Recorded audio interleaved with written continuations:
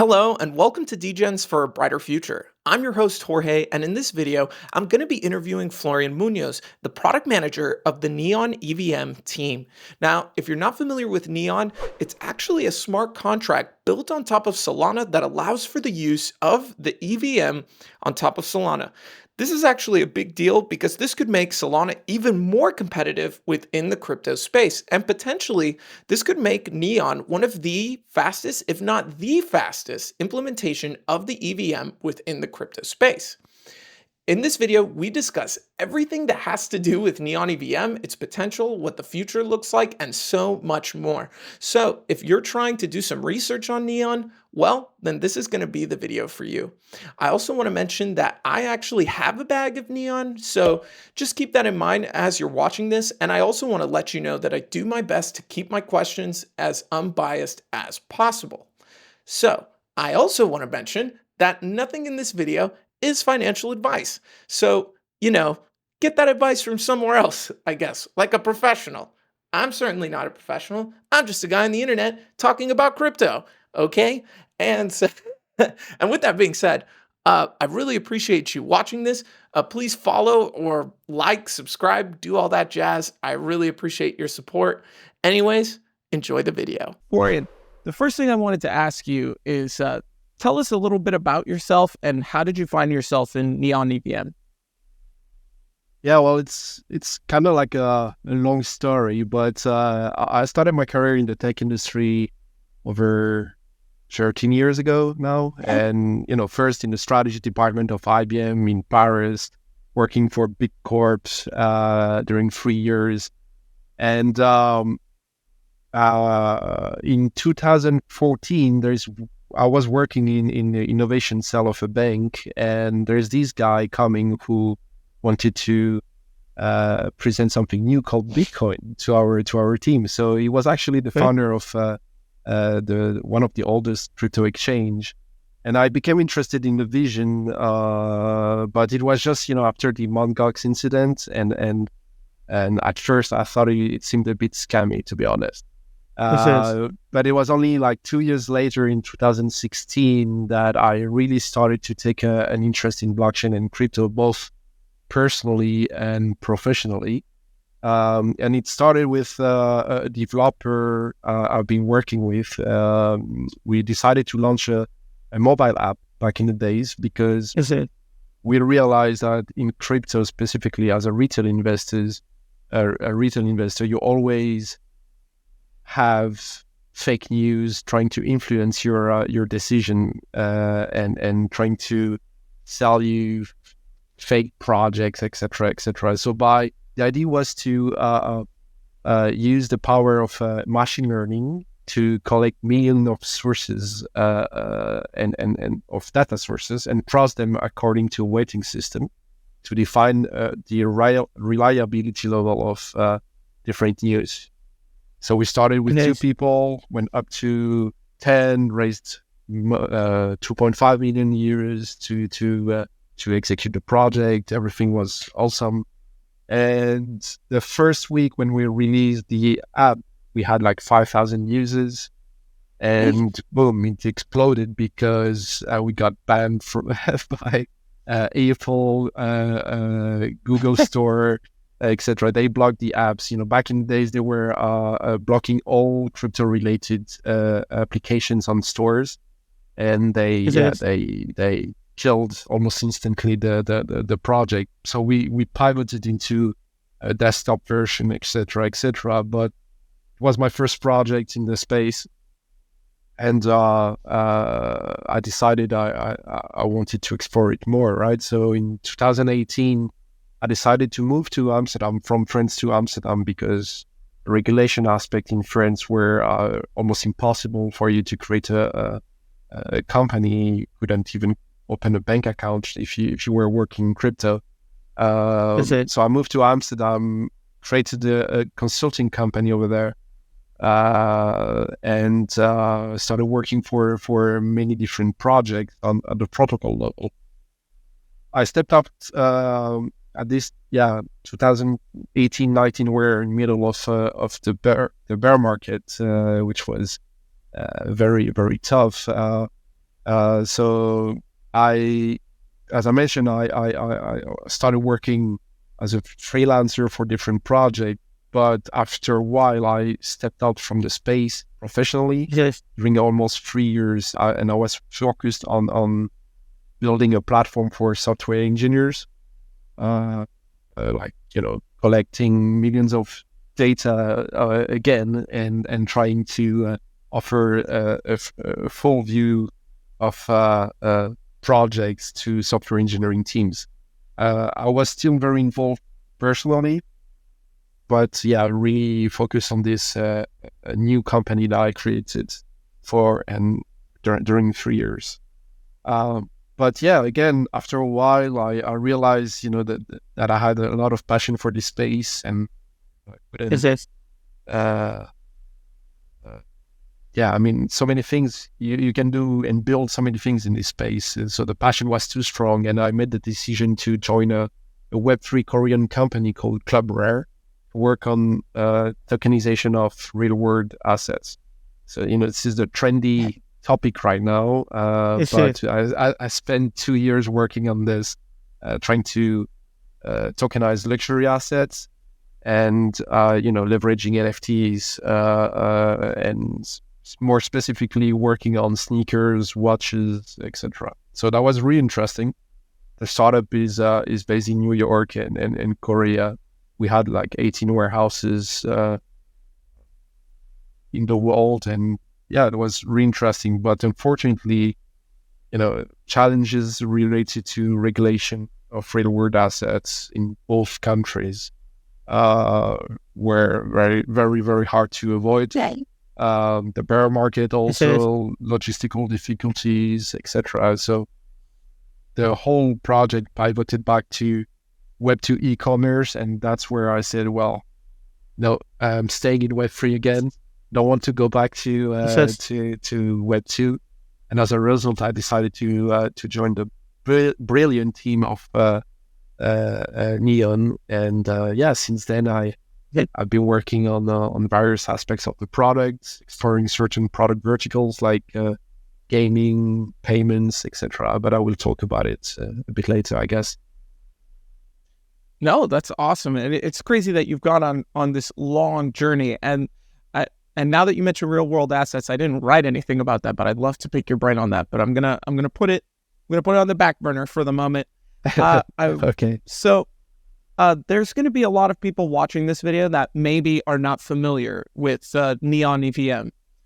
So I mentioned earlier that it's a smart contract layer on top of Solana that allows you to use the Ethereum virtual machine. But I wanted to ask you if you can go into a little bit more depth. What is Neon EVM, and what is the overall goal of Neon EVM, and what do you think it's going to bring to Solana and to the overall crypto space? Yeah, sure. So as you mentioned, Neon is the first EVM built on top of Solana. It's designed to enable developers to deploy Ethereum Dapps on Solana without any code changes. And because it is built on Solana, it offers fast transactions with up to 2,000 TPS. In theory, I mean, the last performance test we have achieved 730 TPS on mainnet during peak times and loading times on Solana. So we're still working on improving the transaction per second part, but on top of that, we offer very low gas fees, and we leverage one of the key features of Solana, which is parallel execution of transactions, and I will get back to this also. So the main point of Neon is also ease of use. Why? Because Neon allows Ethereum developers to work in a familiar environment. It reduces the learning curve and barriers to entry for Ethereum developers looking to explore and access the benefits of Solana. There's one key aspect of Solana. I mean, when you speak with developers, you understand that one of the key barriers is the need to develop in Rust, which is a language with significant learning curve for many developers. So by being able to develop using Solidity and still access the benefits of Solana and the liquidity of Solana, this is a significant point for developers. So yeah, our mainnet is live since August, and we are now mainly focused on growing our ecosystem. Wow. Okay. So in that case, so the concept, if I'm understanding you correctly, is to create this sort of like this sort of gateway into Solana for Ethereum developers. So it's an access point by which they can engage with the Solana community and use like say Solidity or Viper to engage that user. So I mean, I think that's really cool. I think one of the things I wanted to ask is I've noticed there's some parallels in the crypto space. A lot of times people compare a Solana and Near. It's hard to say that they're obviously different. The technology is very different, but they have very similar goals. There's Aurora, which is built on top of Near as well. It seems to be a similar concept. Reading through the documentation, I didn't see anything about parallel EVM. So that's another thing I wanted to touch base on. There's Say on Cosmos, which will allow for the parallelization of EVM. So I wanted to ask you, why is the parallelization of the EVM incredibly important? A massive innovation within the space, especially for the Ethereum virtual machine. And what is the draw for using the parallel EVM on, say, Neon versus say or using say an Ethereum layer 2 to scale? Yep. So in many computing systems, operations are executed sequentially. So this means that a second operation will only start after the first one is completed, and so on. So in terms of blockchain, this means processing each transaction in a block. Transactions are processed one by one sequentially.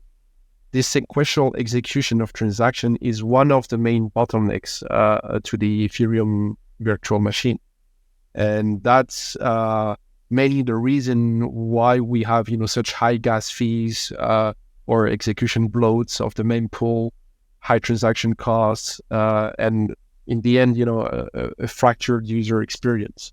So one good thing about parallel execution also is that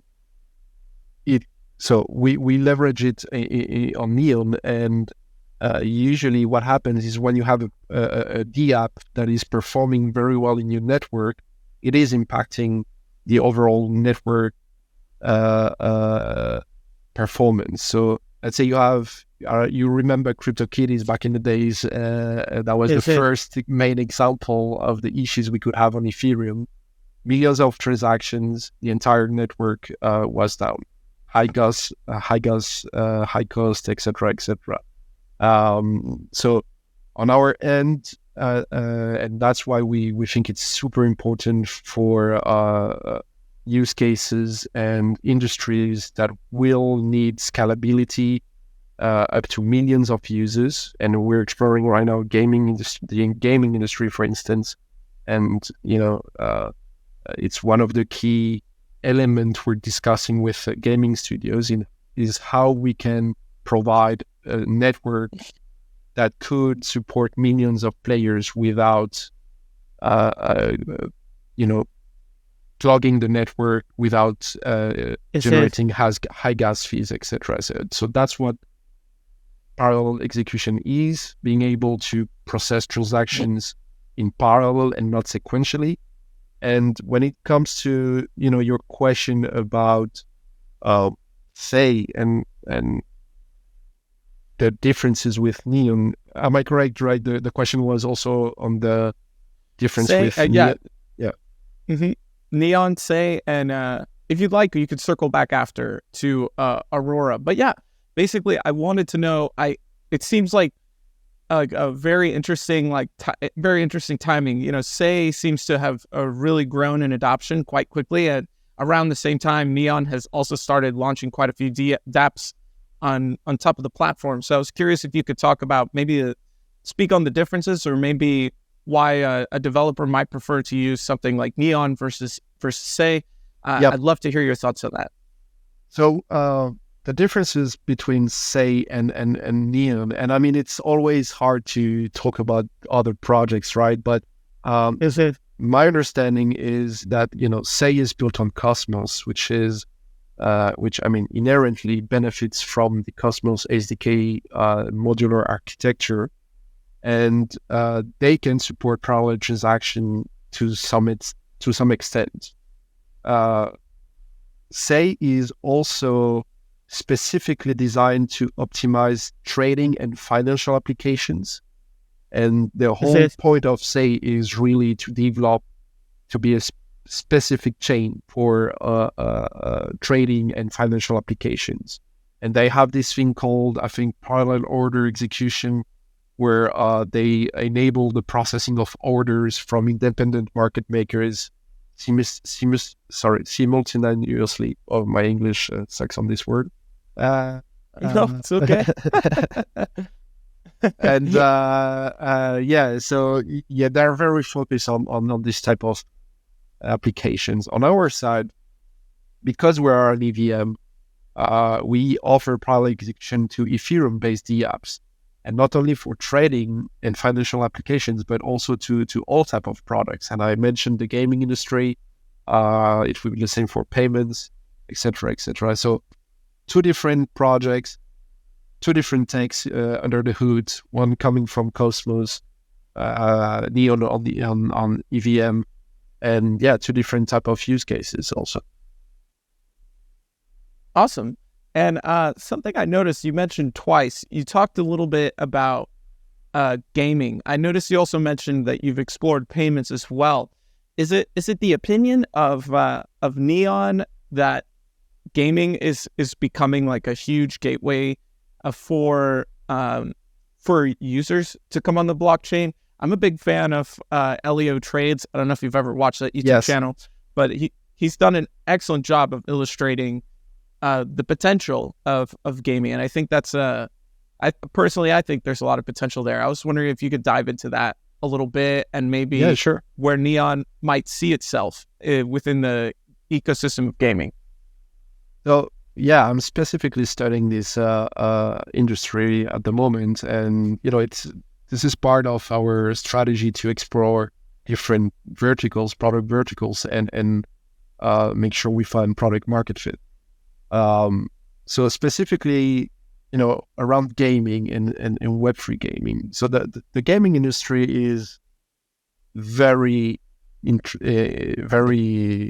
cool to study, and very complex at the same time. It has a lot of different players, you know, from gaming studios, publishers, etc., and it's a very competitive market. So the gaming studios, you have different type of gaming studios, from indie studios to AAA gaming studios. But the reality is that 99% of the games on the market are created by indie gaming studios, very small teams. They need to find new ways to innovate, new business models, new ways to differentiate themselves also. And one of the key issues they have is when it comes to finding money and be able to fund their games. So that's also an interesting part for them to deep dive into Web3. But the reality is you know, we've been hearing a lot about Web3 games over the last years. The previous bull market, we've seen a lot of projects coming up, and we're going to create this brand new, amazing game, blah, blah, blah, etc. While in reality, you know, we all know it's not the case. And the last bull Is market it? created a lot of mistrust from traditional players, traditional video game players, Is it? towards NFTs and Web3 games. So we have this issue where we don't necessarily have a product market fit at the moment on the Web3 type of games. We're still hoping to see good games being released, and that's the issue. Before we had cash grabs, games created, Right. and with the idea of generating some hype, getting some money, and unfortunately, many retail investors, got burned with this type of projects. Now we start seeing AAA studios working hard in delivering those beautiful games. And the idea is to create good games first. Games that have, good gameplays, good graphics, before leveraging Web3 technologies. But the use cases are here. Digital ownership is a real thing. It's not something that will disappear. The difficulty is how to translate this digital ownership and between multiple games. So it's called interoperability. So you have like hard questions, key questions on this aspect. But yeah, we at Neon, we are sure there is a future with Web3 gaming. Now it's just a matter of time to market, and because it takes years and years and a lot of tries to build good games. So it's a long-term target. It doesn't mean we are not talking with gaming studios and onboarding potential games. But yeah, we're focused on this. Awesome. Yeah, and I think that's really cool. I think a lot of people would be very, very delighted to hear that. I mean, I think going back to what you said on games being cash grabs, I think that was quite problematic. I remember there were people hiring people on Fiverr to play Axie Infinity to just get the tokens. I'm very interested to see the focus, because ultimately where I think we need to be is that games need to be fun. Yeah, absolutely. I need to be excited to get home, get on my computer, and just start playing this game. So I'm excited. I do think that's possible. I think the idea of people owning collectibles and things like that, being able to sell them if they get tired of playing the game, and give the assets to someone else, I think that's a huge draw versus on Call of Duty, they updated the game and suddenly all your skins don't matter anymore. You just wasted all this money for what? For nothing. Absolutely. So I'm very excited for that. I'm glad you touched on that. So so when I was on your website, something I noticed is you guys have sort of stages of development, and currently you guys, at least according to the website, are on the post beta phase. I was wondering if you could speak on the development stage or the current development stage of Neon. Do you guys feel like the product is at completion, near completion? What are some of the things that you guys are trying to do to improve the current product? Yeah, sure. So just about the website, it is going to be rebranded, and a new website will come soon. But the current state of Neon is, as I mentioned, we're live. We're on mainnet. We're processing the transactions with full transparency. We had a few technical issues recently due to some overload part of Solana, for instance. So basically, the issue we have is, and we have the solution being implemented right now. But when you have huge Ethereum transactions that are, that can go up to 30 million gas All right, we need to split these transactions into a lot of different Solana transactions. All right. The problem is because of the ongoing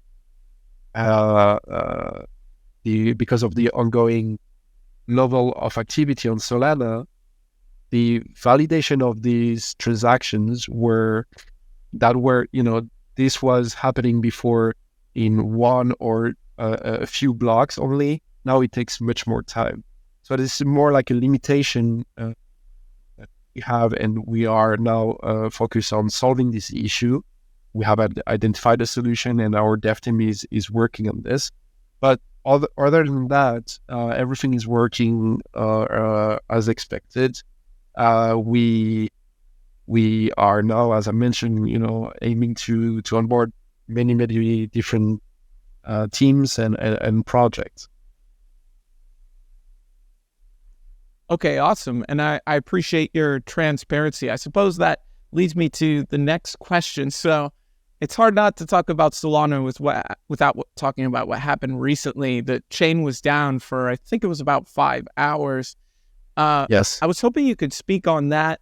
I can imagine the amount of stress must have been unbelievable for those 5 hours. Could you speak on the challenges of the Solana outage, and what do you think is going to happen in the future, and how is Neon prepared to handle this?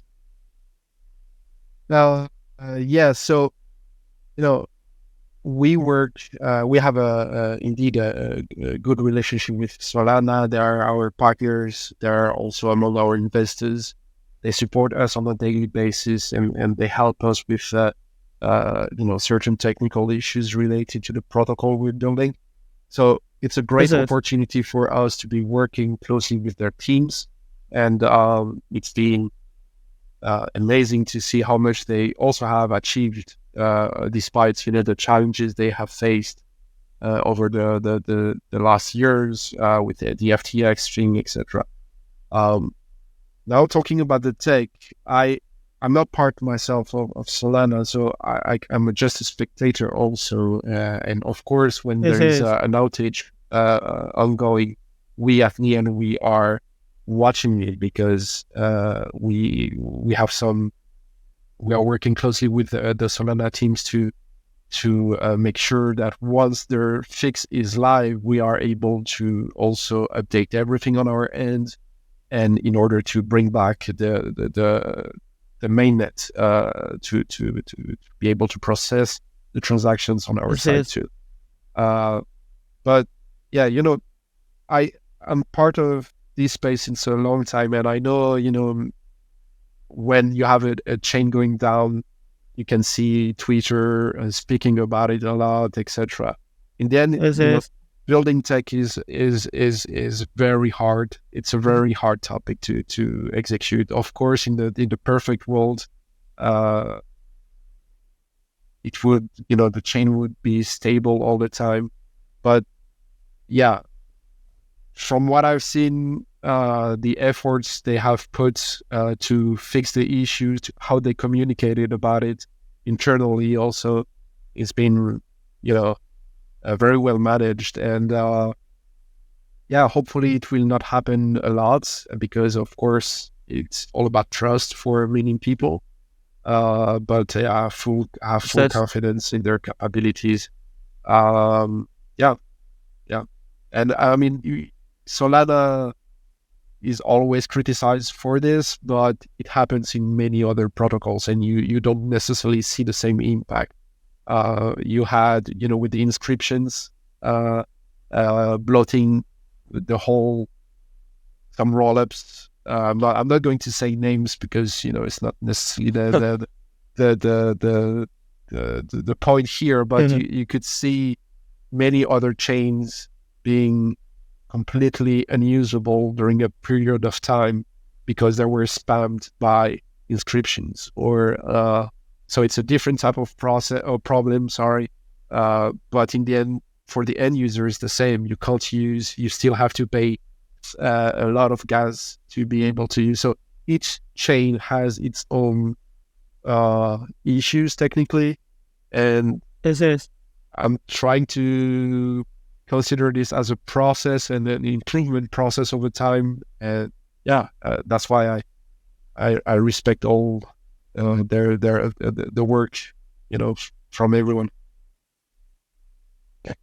Yeah, I mean, I think that Twitter tends to over exaggerate, like take the smallest the smallest fear and try to turn it into the end of the world, or and I think that Solana has such a vibrant developer community and user base.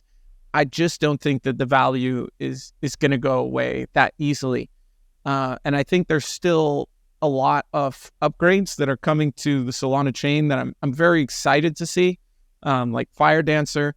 Yeah. So I wanted to ask you, with Fire Dancer hopefully deploying, we'll see. I never put anything on a certain date in the crypto space, especially the tech side. Presumably.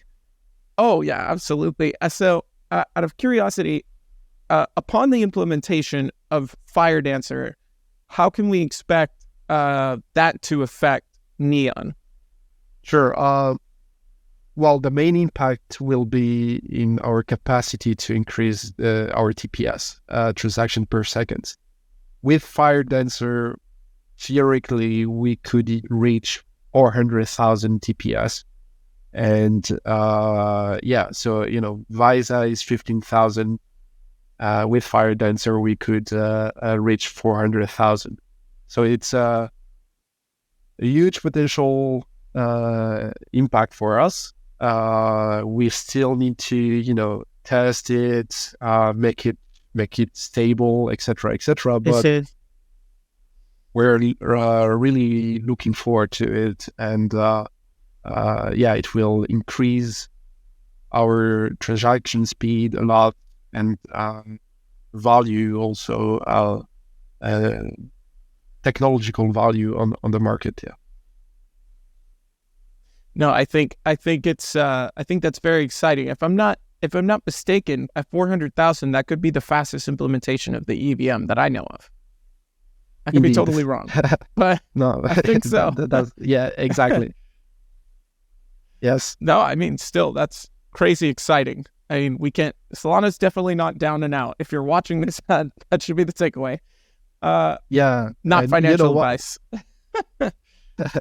You know what? One of the things I've been amazed and very impressed also at a very personal level is the level of resilience of this entire ecosystem. Especially, I mentioned, the FTX debate, but a lot of people didn't have a lot of faith on the Solana ecosystem after what happened, and including me, to be honest. So when I started looking deeper, and when I participated to the Solana Breakpoint in Amsterdam, I realized the power of this ecosystem, and I've changed my mind in so many different ways. I'm excited, and it's all part of the process. Sometimes the bumps on the road are necessary also, and I'm sure we have good things ahead. Yeah, no, I think so too. So that's awesome to hear. I'm very excited for the Solana ecosystem. That's why I'm also a holder of Solana as well. And so I was going to ask you about the relationship with Solana, but it looks like you dived into that before I could get to it. So I did want to ask you, recently there's now the launch of Debridge with the Neon EVM. I wanted to ask you if you could dive into that. What can we expect from Neon now that we can see so many different EVM compatible chains able to communicate with the Neon EVM chain? I mean, smart contract. Yeah. So yesterday, our Debridge integration for cross-chain interoperability went live on mainnet. The cool thing with this integration is, that it allows Neon to access up to 10 other EVM chains, I think, on Debridge. I mean, we will have a full communication and blog articles, and I think Yuri, my teammate, is also doing a podcast on Debridge. But yeah, the good thing is users can now bridge native tokens directly without the hassle of intermediary steps like having to wrap tokens, etc., etc. And it facilitates access to cross-chain liquidity. It allows one-to-one swap with no slippage, which is a good thing for the many DeFi protocols. And basically, cross-chain is at the core of what we do at Neon, because we're bridging two ecosystems, Ethereum with Solana. So if we can have a partnership and an integration with the bridge, which facilitates the liquidity movements between all these EVM chains, that's a perfect thing for us. Yeah, and so one thing that I thought was very interesting, I've actually interviewed Chad Barraford from Thorchain on here before. So cross-chain without the necessity of wrap tokens is something I'm quite familiar with. I wanted to ask you, could you dive into that a little more? So if I'm on Ethereum and I decide to use the Debridge bridge, does that mean that I'm not wrapping Ethereum? Am I just converting the Ethereum into, say, Neon tokens or USDC and moving it onto the Neon chain? Or is there the feasibility in the future that I could take my Ethereum, have it on the Neon chain, and proceed to, farm with it, or, just have it on chain, or just use it for swaps or so on? Could you be a little more specific? So I don't have the full details on this. My teammates who worked on this topic would be able to explain to you in details, but the idea is really to use native tokens. So for instance, we leverage between Solana and Neon. You can move sols to Neon, and you can do the same between Neon and Ethereum. So it's native tokens. There is no wrapping needed. So because of that, I see. You got the point. Because of that, you can access a lot of different use cases, and you decrease the cost associated with all your DeFi actions. You have increased liquidity pools, etc., etc. Okay, I see. Okay, awesome. I mean, obviously, if there isn't a wrapped token, then that means that there isn't the what's the word I'm looking for? The counterparty risk of having the wrapped asset on the chain. So I mean, that's really cool to have that peace of mind. Yes. So the next thing I wanted to ask you, a lot of people are very excited. The vote went through for Aave coming onto Neon. I was hoping you could touch base a little bit about Aave. What do you think that this means for Neon as a whole, and how are you perceiving this going into the integration of Aave? Well, for us, of course, it's an important topic to have big players and big, well-known actors like Aave willing to deploy on Neon. This is a sign of trust for us, and we all know the value they bring to the market. So we're in the process at the moment. This process takes time. We're following it with a lot of interest. We're answering two key questions they ask, and I'm sure also it's the fact of being deployed and accessing the Solana liquidity could be interesting for Aave. I think that's what they are considering when deploying on Neon. And we trust the process. I know a lot of people are watching, the discussions on the forum, and we're here to support it, and hopefully it will be a success. Very cool. I mean, I think that's like a nice step in the right direction, especially if the call is to bring more Ethereum developers, it's bringing applications that they're familiar with or have partnered with in the past. I think that's going to be a big move.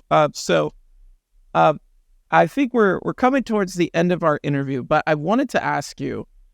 So I was looking over all the tweets, and I actually found this one that I thought was absolutely fascinating. So whoever's on your marketing team that wrote this, I thought this was a very interesting take.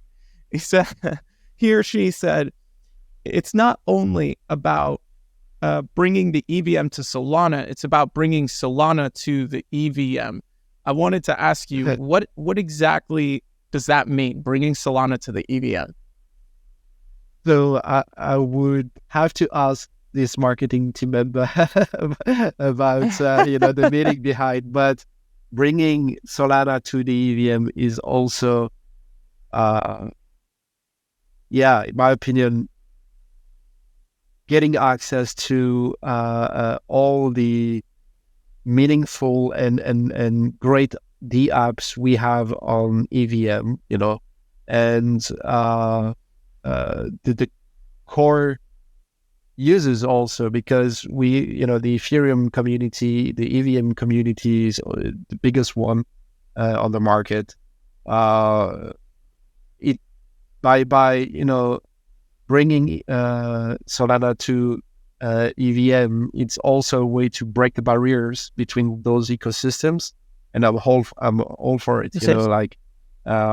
So that everyone can start building cross ecosystem applications with the right tools, with the help of Solidity, documentation existing, etc., etc. So I don't know exactly what they meant when writing this tweet, but I will probably ask.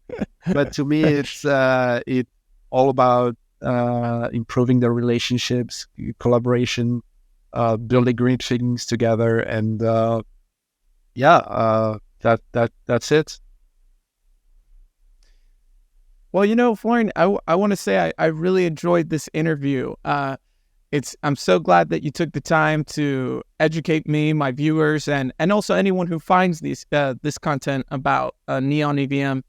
I think something you said that I thought was very important is that this is a lot about collaboration, and I'm not a believer that this is going to be a siloed system with one or two chains. I think we're going to see multiple pieces of technology absolutely that interact with one another, and I think that it's when the tide comes, it's going to race for everyone, and I think Neon is an exciting project.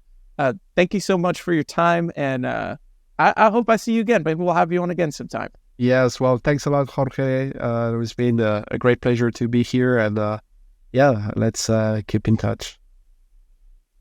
Absolutely. Hey, thank you so much for watching. I really do appreciate it. Make sure to like the video if you enjoyed it, and please subscribe so that way you can be up to date with all the videos that I put up.